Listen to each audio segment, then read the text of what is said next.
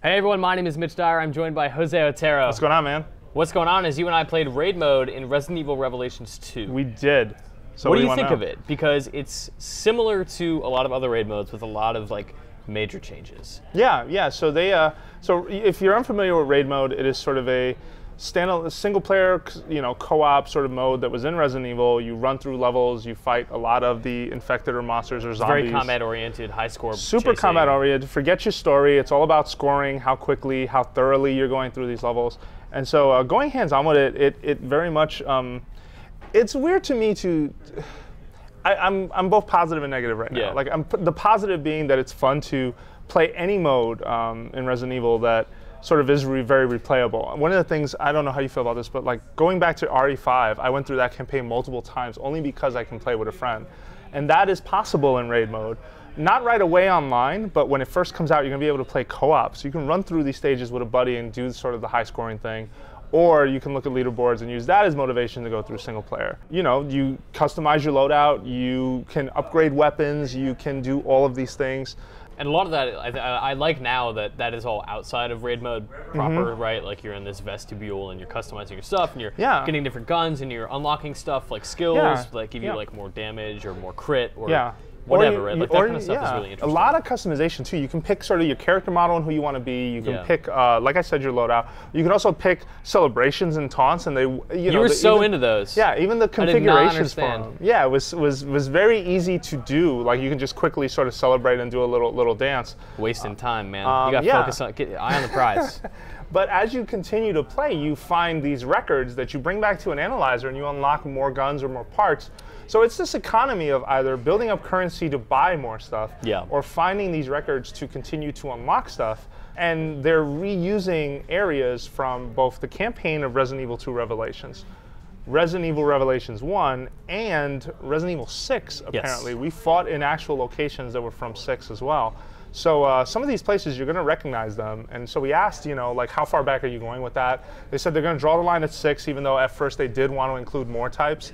They had to look at it from, obviously, a resources perspective of how much, but they are taking seriously how much they want you to keep playing these modes. And each time a new episode of Resident Evil Revelations 2 comes out, the next episode comes, you're getting more raid maps with that. You're getting more raid missions. And there's a lot. I mean, this is a big game. You have the campaign, which is whatever, like 5-6 episodes.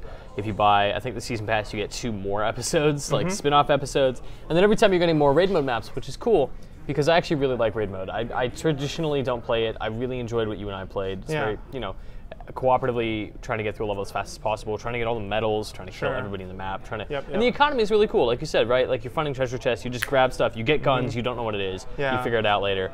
But I'm a little worried about the microtransactions in the game. The life crystals. If you die, you can spend a life crystal to respawn, and if you run out, well, you can buy more if you want. And I don't know how I feel about that. We didn't get to dig into it, but I guess we'll see if that's even necessary purchases or if it's like, hey, if you want to kick in $1.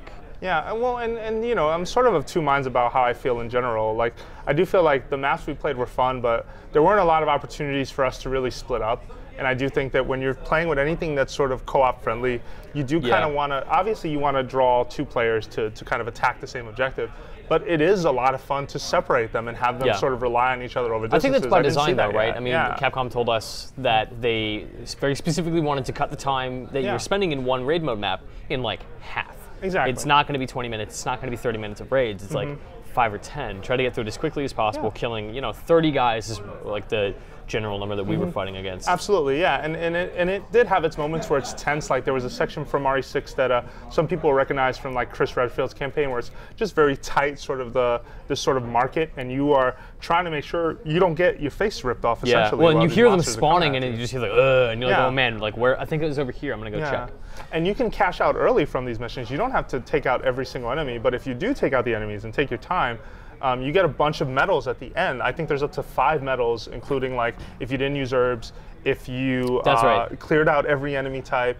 So for people like me who like to go the completionist route, that stuff's there, and that's cool. Like I do like that a lot. I'm curious to see how it evolves over time. Like the first set of maps, obviously because it's the first set, they've been very clear that these are going to be easier. And then as the episodes come out over February, you're going to start to really see where the levels come into play, where enemies are a lot harder and where you're going to need help.